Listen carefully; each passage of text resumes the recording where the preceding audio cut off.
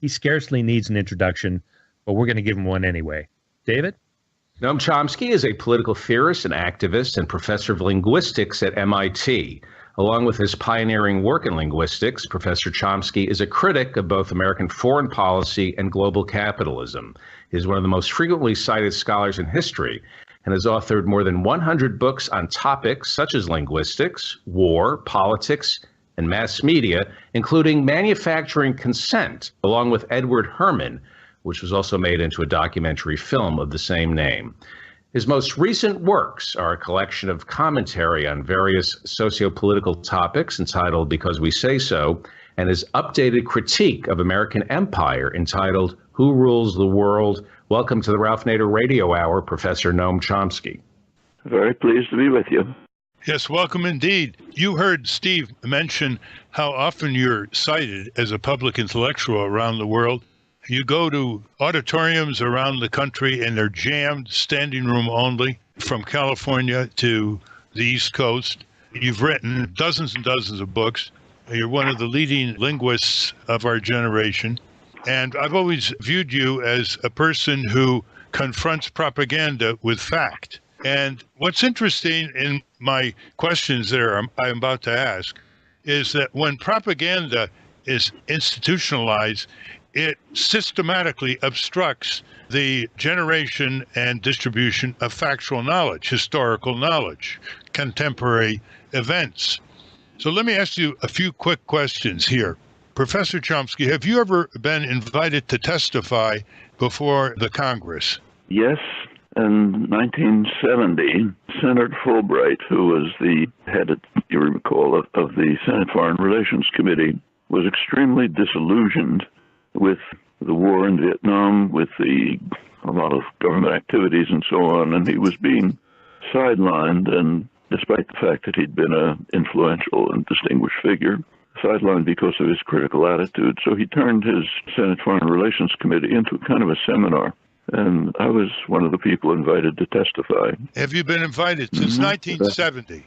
Not that I can recall. I mean, I've occasionally talked to people in Congress, but never invited to a session. How often have you been on the op-ed pages of the New York Times? I can recall once in 1985, or roughly around then. They actually invited me, which surprised me, to write something about probably 2005. To write about the Israeli, what's called the separation wall, actually an annexation wall that runs through the West Bank and breaking apart the Palestinian communities and so on, condemned as illegal by the World Court and so on. And they did ask me to write about that. They may have I think they ran an excerpt from my testimony at the Fulbright Committee back in 1970. 1970, which is 46 years ago. The Sunday talk shows, NBC, Meet the Press, ABC, CBS, CNN, every week they have guests. Have you ever been on those shows? They cover topics that you've written intensively on. No, I've never been invited. Okay. How about NPR and PBS? Partially taxpayer supported, supposed to be more free thinking and more tolerant. Have you been on NPR's programs or PBS, such as Charlie Rose or I've been on Charlie Rose 2 or 3 times. And I'm in Boston. There's a Boston outlet for NPR based on Boston University, and they have a discussion program in the morning, 10 o'clock in the morning. Tom Ashbrook, I've been on that a couple of times. I've had some funny experiences with them. I could tell you if you want, but pretty amusing. Well, for example, they used to have a program in their primetime news program, All Things Considered. Some years ago at 5:25, they had maybe once a week or so, a 5-minute discussion with someone who had written a new book. And there's a lot of pressure, especially around Boston, because it's Boston-based, to have the station allow me to be on, and they're pretty resistant. But they once agreed. It was a book of mine. I think it was a book called Necessary Illusions, also about propaganda. And I did have the interview recorded with Robert Siegel. 5 o'clock, they announced that it would be played at 5:25. I got a call from the publisher telling me it's going to be played, I should tune in. I never listen. So I tuned in, and at 5:25 there was 5 minutes of music. Around 5:30, 5:31, I started getting phone calls from around the country asking what happened to the piece that was supposed to be on. I said I didn't know. I then got a call from the station manager in Washington who told me that she'd been getting calls and she didn't understand it because it was listed, so she didn't understand what happened. Later she called back saying, kind of embarrassed, saying that some top bigwig on the system had heard the announcement at 5 o'clock and had ordered it canceled. And she was pretty upset because it was over her head. Sort of went on from there. And there was one other case that was also quite amusing. During the first Gulf War, 1990, the coverage was just uniform, like a totalitarian state. One position constantly mentioned over and over how horrible they are, how wonderful we are, the usual thing. And there was a little embarrassment that nothing else was being heard. So in fact, for the first time ever, I was invited for a few minutes on the Lehrer show. I forget what it's called. News Hour. The News Hour. Yeah, and in fact, there was a lot to say. But then there was pressure again on NPR to allow me to be on for 2.5 minutes to say something, to break 100% uniformity. And they did agree, but they recorded in advance and then told me it's going to have to be exactly 2 minutes and 30 seconds. So I carefully planned that, and first time I read it, it was 2 minutes and 36 seconds. So we had to redo it, and it was 2 minutes and 30 seconds, and then they made sure to vet it, so I would say exactly what was written. It wouldn't go off the text at all. It was quite funny in the station because the engineers in the back room were all laughing hysterically. They understood what was happening, but I did get on for 2 minutes and 30 seconds. You're hearing, listeners, what censorship is like in our country, and that any one of the former Bush-Cheney warmongers like Paul Wolfowitz and John Bolton and others have gotten far more press after they've left federal positions. In the New York Times, the Wall Street Journal, the Washington Post, op-ed pages, they've been on television, public television, NPR, and they have a record of false statements. They have a record of deception. They have a record of pursuing policies that are illegal under our Constitution, under international law, and under federal statutes, such as the criminal invasion of Iraq and other adventures around the world. Now, a society that operates in a way where propaganda is not only emanating from the major media, but it gets into our schools, the kind of courses are taught, the content of the history, is a society that's not going to be mobilized for its own survival, much less the survival of other countries whose dictators we have for decades supported to oppress their people. Now, our listeners are fairly familiar, Professor Chomsky, with your writings. I want to take it to the next step. We have empire here. We have both parties pursuing attacks, wars, subversions, drones, special forces, supporting, dividing, sectarian conflicts all over parts of Asia and Africa. And the question I want to ask you is, what do you think can start turning this around in terms of A, the citizenry, B, institutional turnarounds, maybe the Congress, C, electoral challenges from third parties or insurgent primary challenges like Bernie Sanders? If you had to describe a scenario of how we can turn around from empire, from imperialism, from colonialism, from the military-industrial complex having a vested interest in war rather than peace, what scenario would you urge on the public, or what scenario do you see? Well, I think the crucial word that you mentioned was citizenry. That underlies all of the options that you mentioned: electoral, third parties, lobbying, demonstrations, activism. And it can have an effect. It's happened over time. A lot of things wrong with the country. We agree on all of that. But There has been progress over the years.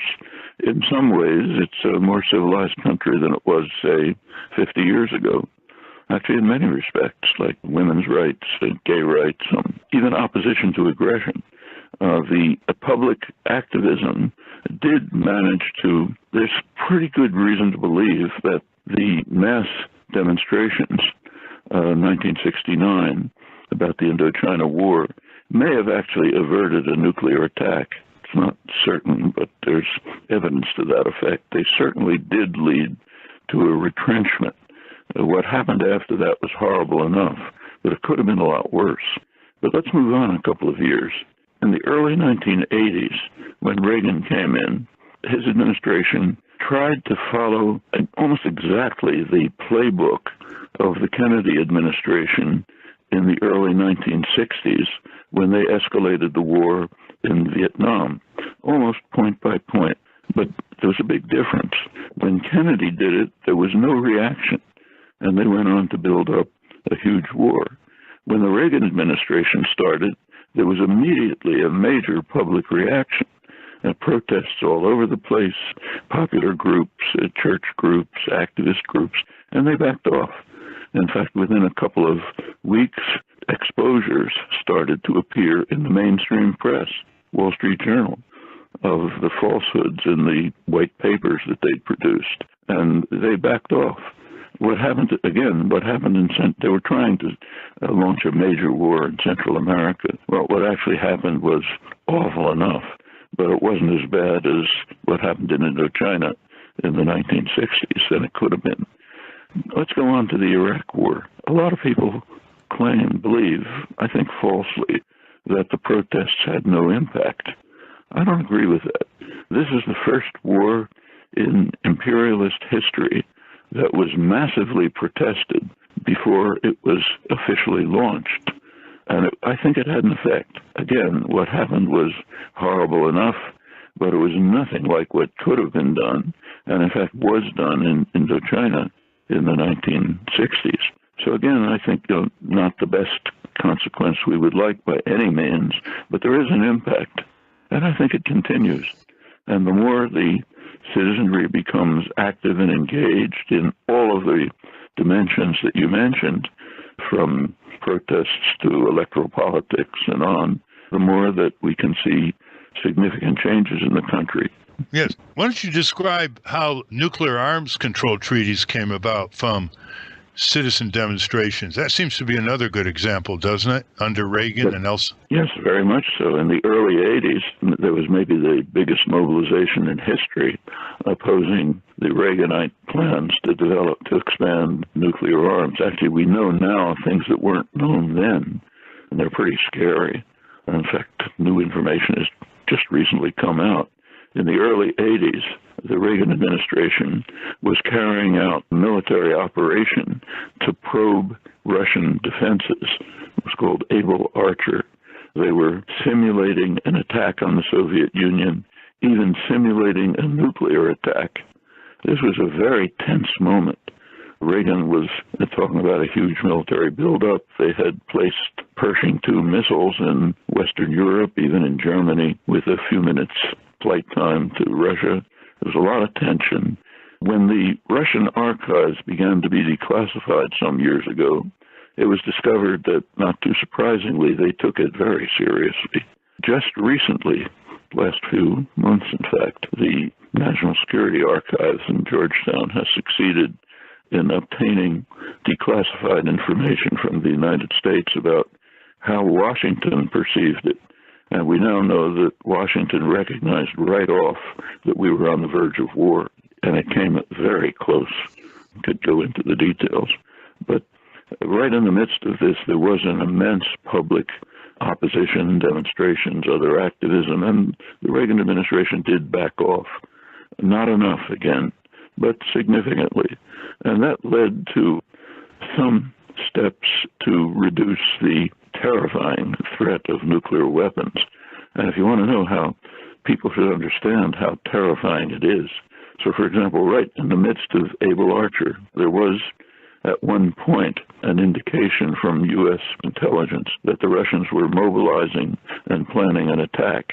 protocol is for the officer who receives this, Leonard Perut, his name was, Lieutenant General, to transfer the information to higher authorities. He decided not to.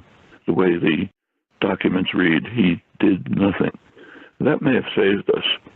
About a year later, on the Russian side, the Russian automated response systems did detect what seemed to be a massive U.S. nuclear attack. The information went to, again, an officer, Stanislav Petrov, his name was. The protocol required that he transmit it to higher authorities who might have launched a retaliatory strike. He decided not to. That's why we're still around. Things like that have been happening all too often, quite apart from recklessness on the part of political leaders. It's kind of a miracle, if you look at the record, that we've escaped the nuclear age and survived. And it's getting more serious. There are mounting threats of nuclear war.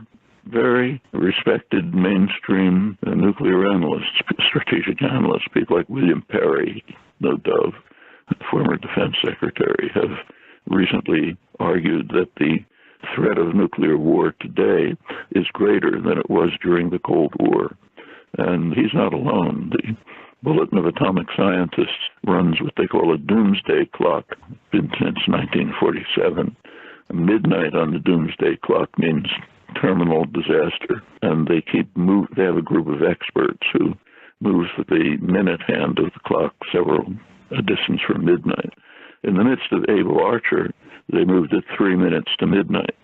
2 years ago, they moved it forward 2 minutes up to 3 minutes to midnight, the highest it's been since the war scares of the early 80s.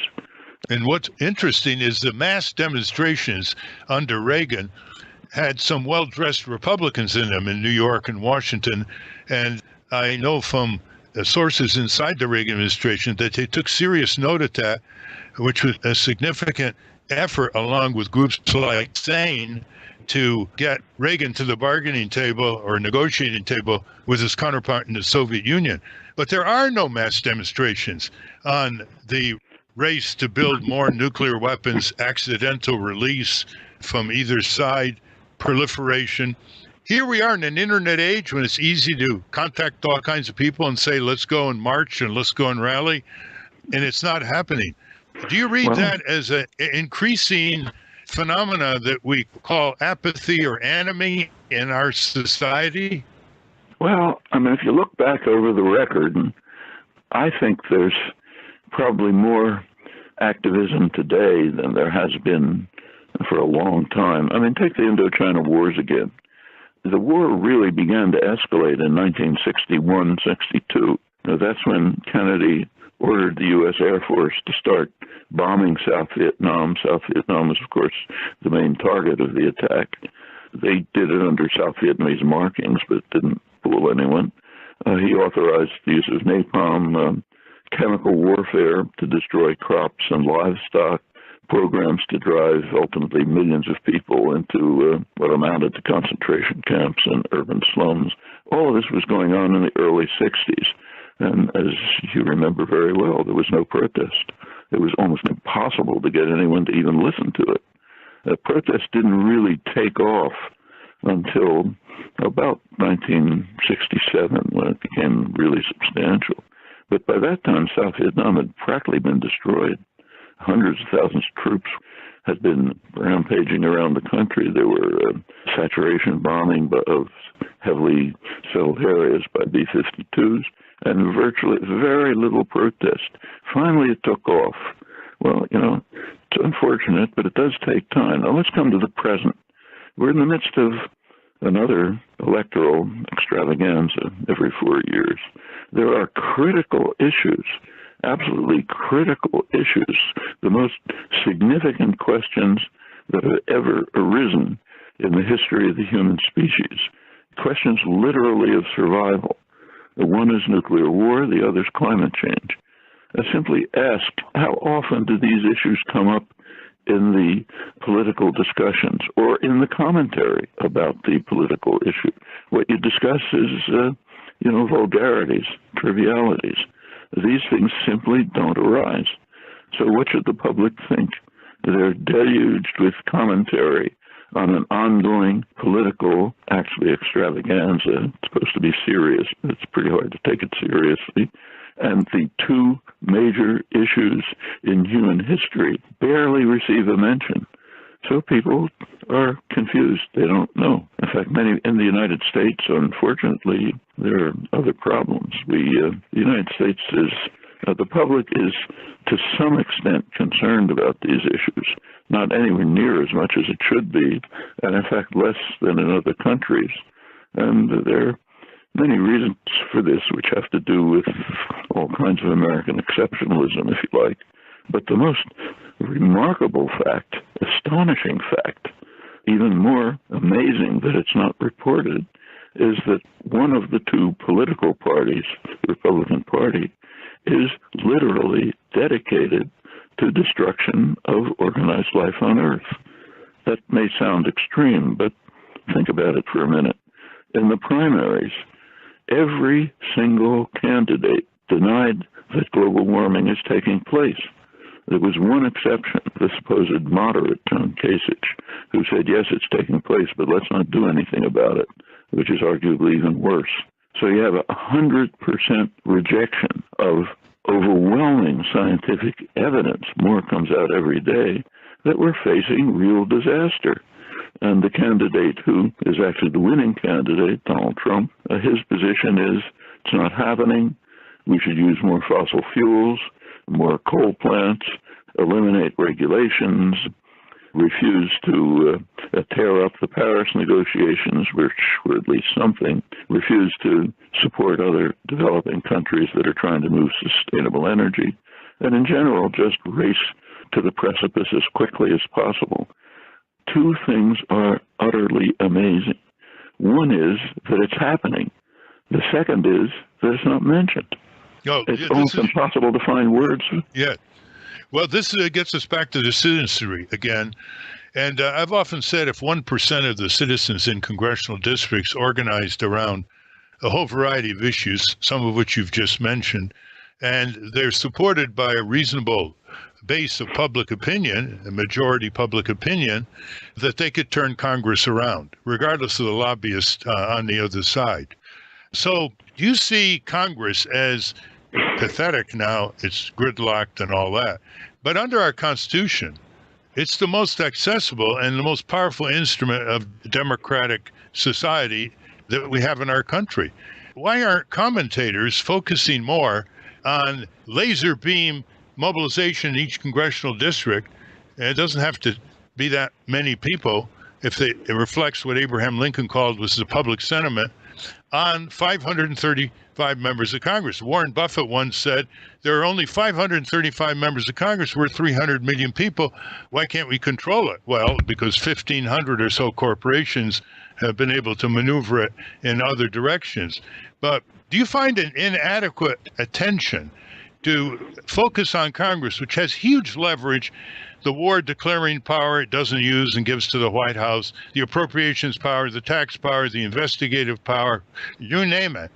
Why in progressive circles is there so much inattention to mobilizing in each congressional district around a major agenda to deal with all these momentums toward disaster and reverse them? Yeah, you're absolutely right. And in fact, one encouraging sign, which may have an impact, is one of the outgrowths of the really quite impressive Sanders mobilization, namely the Brand New Congress group, which is trying to do just what you suggested, to work at the local level to begin to change the nature, first of all, of state legislatures, which is not a small point, that has a long-term impact, but also Congress, and to hold their feet to the fire. And it could be done. I mean, suppose Clinton gets elected. There are elements of her program which can be the basis for intensive popular mobilization. So take, say, the nuclear issue, which we were just discussing. I'm sure you saw a couple of days ago a leaked discussion with Clinton and a couple of strategic analysts and others, in which she did say, I don't know if she means it or not, but she said that we have to reconsider Obama's $1 trillion modernization program of nuclear weapons.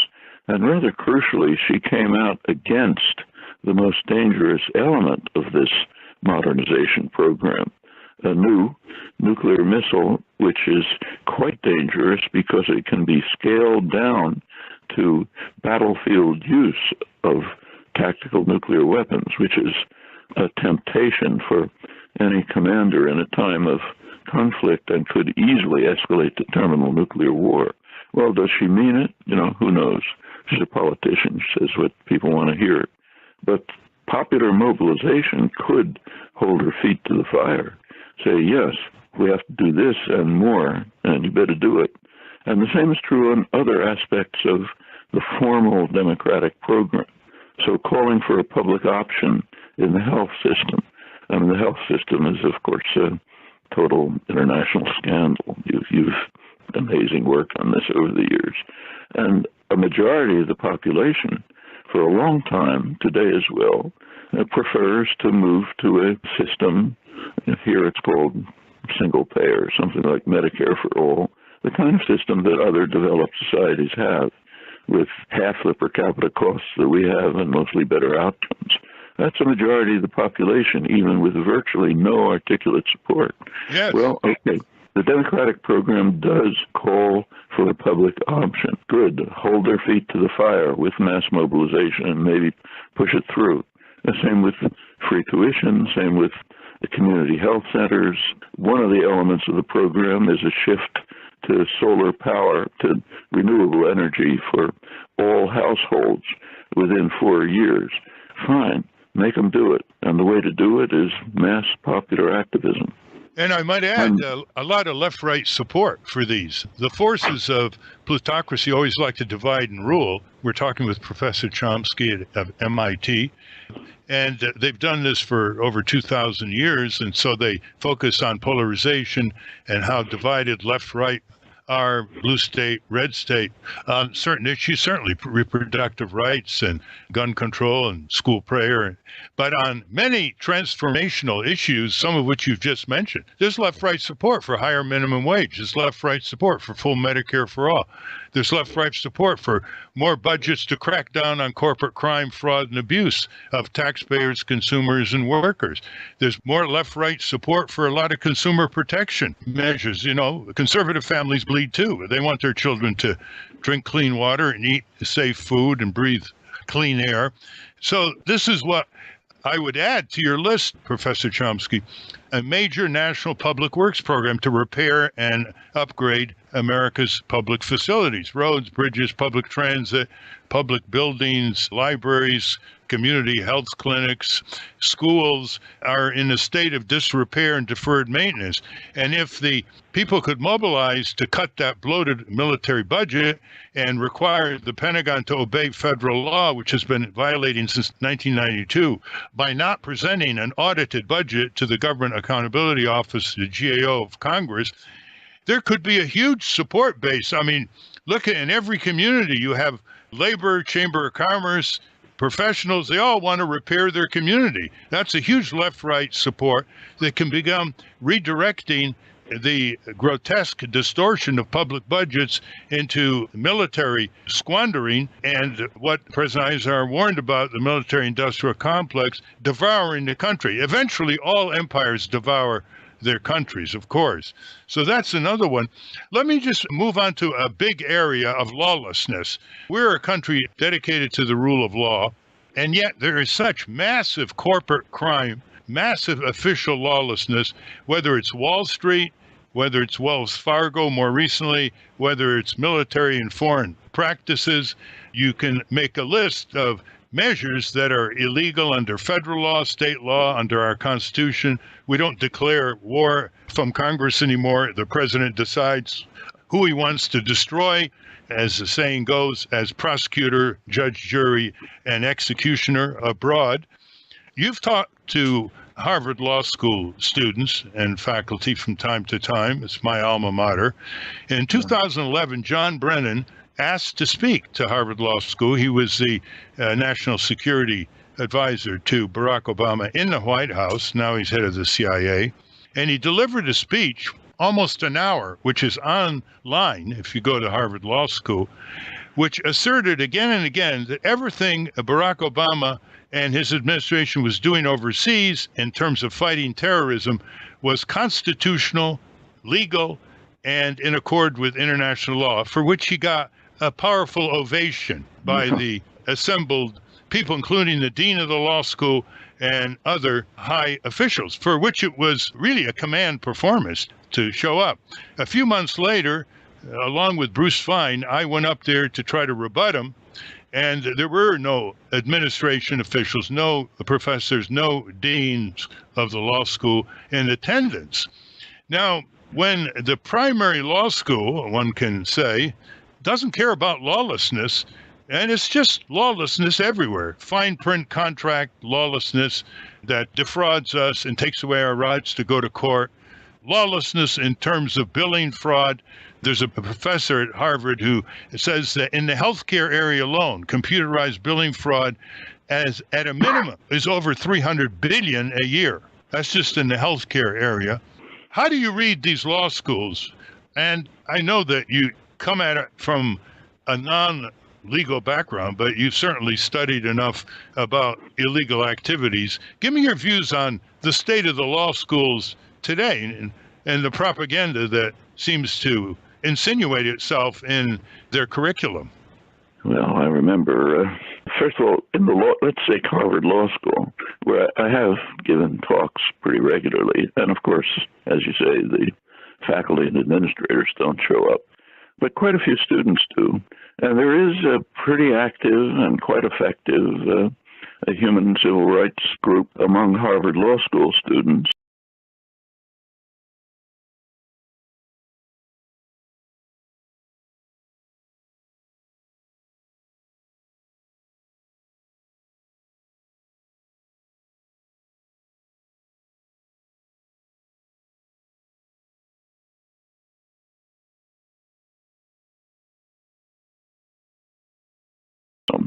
Simply have to try to take over their own institutions and turn them into legitimate institutions. And it can be done. Let me give you an example from my own university, MIT, down the street. In the late 60s, where MIT at that time was practically 100% funded by the Pentagon, and not for war work, incidentally. Now, that's U.S. industrial policy, used Pentagon funding as a way to create the high-tech economy of the future, computers, internet, microelectronics, and so on and so forth. But in the late 60s, as a small number of students, maybe about a dozen, succeeded in mobilizing student opinion to the point where there were large-scale protests and demonstrations, pressure on the administration about there are a couple of military labs that were run by MIT, focus on that, but pressure on them to deal with the question of the effect of technology in society. This is the major engineering school, science engineering school in the world, and the question of the impact of technology on society had been barely discussed, but it became a huge issue.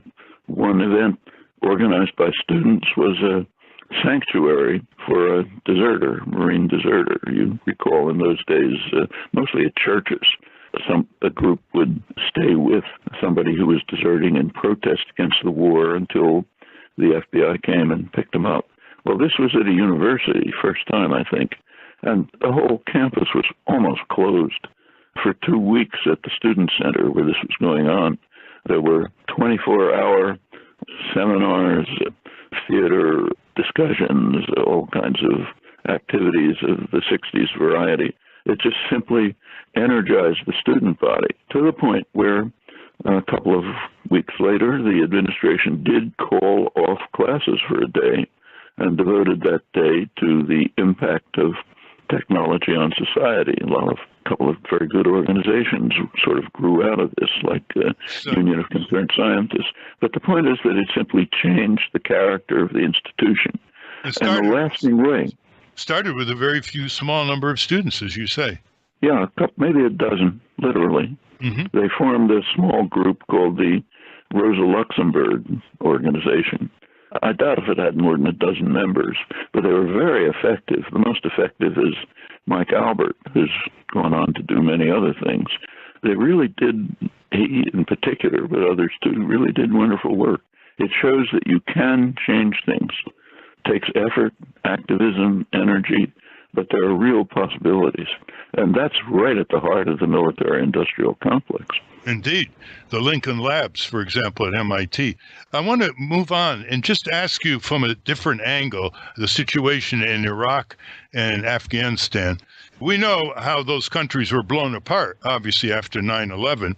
But how do you explain to the American people that less than 30,000 Taliban fighters in Afghanistan and less than 20,000 ISIS fighters in Iraq and Syria are holding down massively greater numbers of soldiers backed by the most powerful military in the world with air, artillery, mechanized equipment, naval, missiles, you name it. How do these anti-U.S. fighters continue to dominate and in some areas actually advance, such as the Taliban, against our allies there in Kabul and Baghdad, backed by military might, when these fighters are pretty brutal to the local community themselves? Well, take ISIS in Iraq. What happened when ISIS exploded in Iraq was, simply from a military point of view, almost unbelievable. There's a huge Iraqi army, hundreds of thousands of people, heavily armed, backed by the United States. A small number of guerrillas, a couple of thousand of them, simply drove out the entire army. What happened was almost indescribable. The generals fled, and after them the soldiers fled, leaving their equipment behind. And what it revealed was the total rot at the center of the society that the U.S. had been trying to construct. And I think something similar is true in the case of Afghanistan. Foreign imperial power, which comes in and batters the place with a sledgehammer, is not going to be likely to develop a functioning society which will be organized, committed to development and progress, and will easily fight off small guerrilla groups. They're going to collapse from inside. You look at Iraq, Basra, which is quite far from the fighting, and it could be, something like Dubai. It's middle of a big oil-producing region, access to the sea, cut off from conflict, not much sectarian violence. It is so utterly enmeshed in corruption, brutality, disorganization that the place is falling apart. An outside imperial power, relying primarily on force, is not going to be able to establish functioning societies. The same thing seems to be happening in Libya after Hillary Clinton was so strong at the White House, overcoming Secretary of State of Defense Gates' opposition to toppling the Libyan regime. Now, just again, a few thousand ISIS-affiliated fighters and other sectarian struggles spilling over into many African countries. The point here is that people who don't like what we're doing around the world are learning valuable lessons of how to keep us occupied and throwing us into greater quagmires with poorly trained fighters, but very determined with Kalashnikovs and suicide belts against the most powerful mechanized modern army in the world, equipping the allies on our side in those countries. That is a very destabilizing message in the future, wouldn't you say? Yeah, in fact, as a number of analysts, serious analysts, have pointed out, Scott Atran, William Polk, others, it's almost as if we've been following the Al-Qaeda playbook, which is public, incidentally. They made public a long time ago, and ISIS picked it up and has a similar one, exactly what their strategy is. And it's as if we've been following it point by point, doing exactly what they want. They want us to be drawn into a major war against the entire Muslim world at great cost to ourselves, achieving nothing except more conflict and disaster. And pretty much that's what we've been doing. Take a look at the so-called War on Terror. When Bush declared it in 2001, radical Islamic terror was localized in a small tribal area in the Afghan-Pakistan tribal borders. Where is it now? All over the world. Every time you hit it with a sledgehammer, it expands when you don't look at the roots of the problem. And unfortunately, the same is going to be true, almost certainly, with the current attacks on ISIS strongholds in Mosul and probably Raqqa and Syria. When you look at what's happened in the last couple of months, not so much the Iraqi army, but the Shia militias and whatever there is of Iraqi special forces and others have conquered the cities in Iraq of Ramadi and Fallujah, Sunni cities, and they left them a total wreck. Now, it's not reported much, but reporters like, say, Patrick Coburn, who actually go there, describe it as just devastated and disaster. And there are only 3,500 ISIS fighters in Mosul, and they're getting ready, the U.S. military and the Iraqi military, to attack them and defeat them and take down a city that has 1 million people who are going to be largely refugees. See, this is an extremely dangerous development in terms of our own foreign and military policy. In the time remaining, let's talk about Congress and the Israeli-Palestine issue. You've written many articles and books on that. We know that the U.S. government has given the Israeli government, which approaches the Palestinian people in a very militarized, occupied manner, a blank check that anytime AIPAC, the lobby here, wants congressional help, it can get 400 or more members of the House to sign on to resolutions, even while the Israeli military is slaughtering civilians in Gaza. How about this for a proposal? You've heard about the Daniel Abraham Center for Middle East Peace.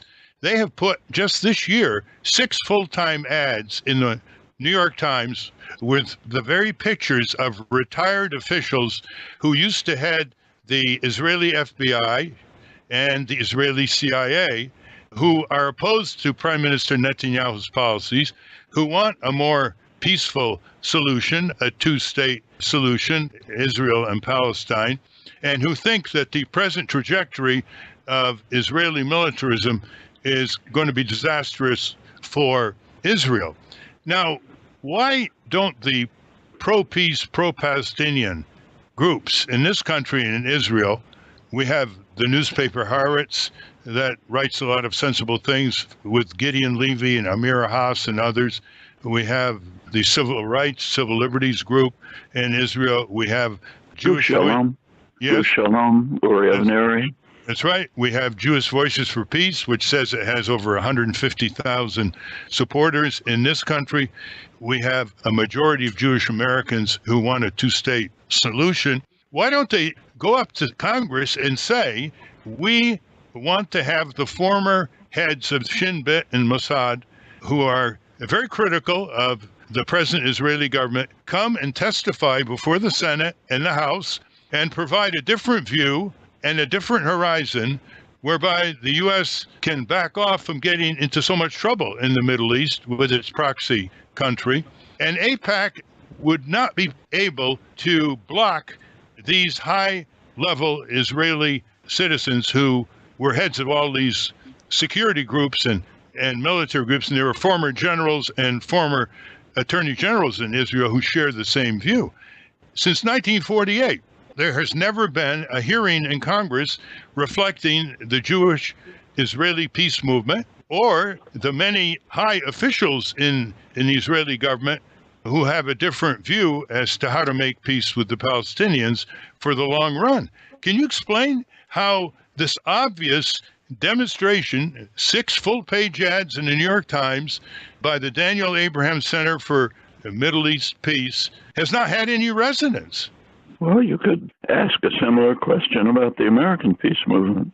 I'd go back to what you were saying before. There was, during the Indochina Wars, worst crime since the Second World War, there were full-page ads constantly in the New York Times. How often were there Senate hearings that invited representatives of the peace movement? which was a huge popular movement. I mean, this is a dramatic disconnect between Congress and public opinion. Actually, that's been studied extensively in academic political science. It turns out most of the public is simply unrepresented. The lowest, roughly 70% on the income scale.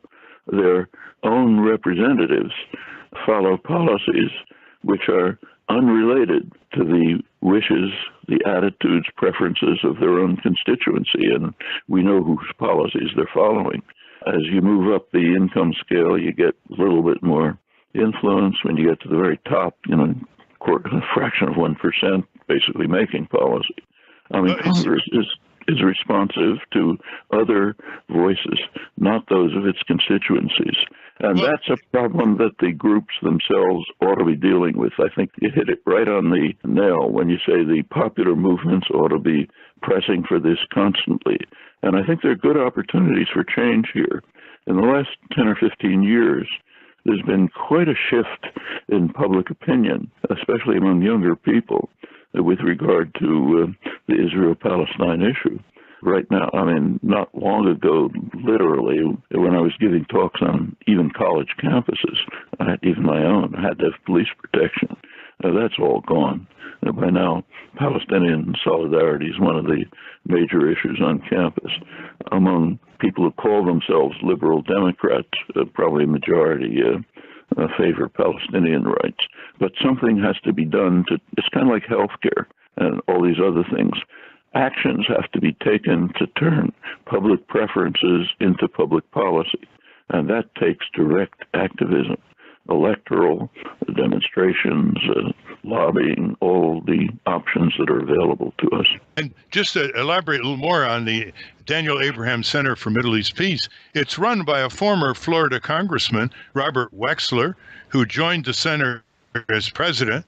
And in April 2010, Secretary of State Hillary Clinton reaffirmed the center's goal at a dedication ceremony in Washington, D.C.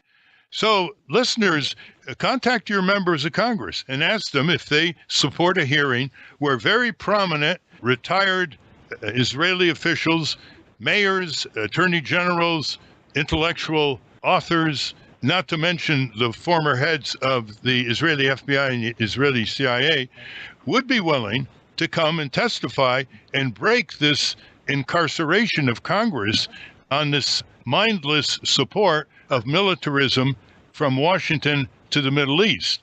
I think this is a very good way to do it because Congress could have huge leverage in changing U.S. policy in this area. A few years ago, we were talking with Professor Chomsky. A few years ago, there was a debate in Washington. You can see it on debatingtaboos.org, debatingtaboos.org. The question was, is there more anti-Semitism in the U.S. against Arab Americans and Muslim Americans than there is against Jewish Americans? And there were two prominent Jewish Americans, one being the brother of the former president of Israel, Mr. Olmert, and two prominent Arab Americans debating it in a very civil manner.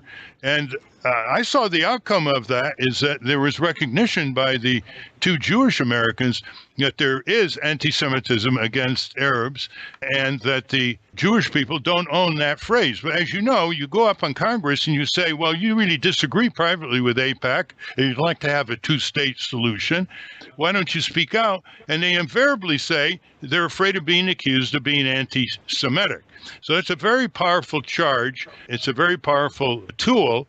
And I think that given the huge anti-Semitic language in the Israeli press against Palestinians, they've been called dogs, vermin, demographic threats. A high official of one of the governing coalitions in Prime Minister Netanyahu's government said that they should all be killed and the mothers should be killed who are giving birth, quote, to those snakes, end quote. I mean, it's horrific.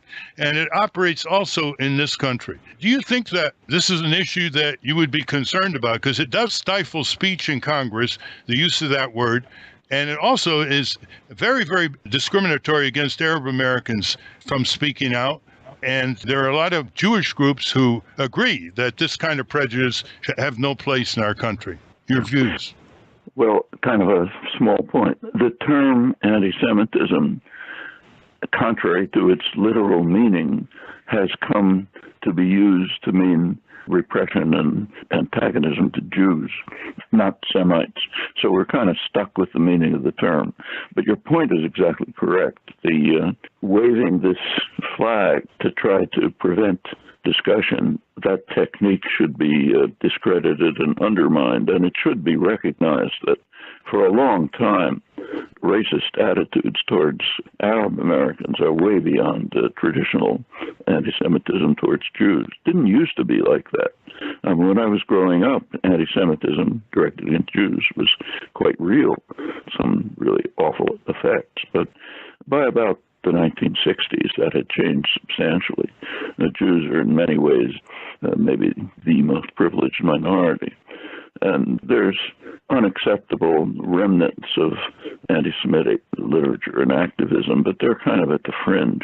On the other hand, anti-Muslim prejudice and anti-Arab prejudice has been extreme for a long time and getting worse in many ways. That's a major issue, and yes, it should be brought to the fore.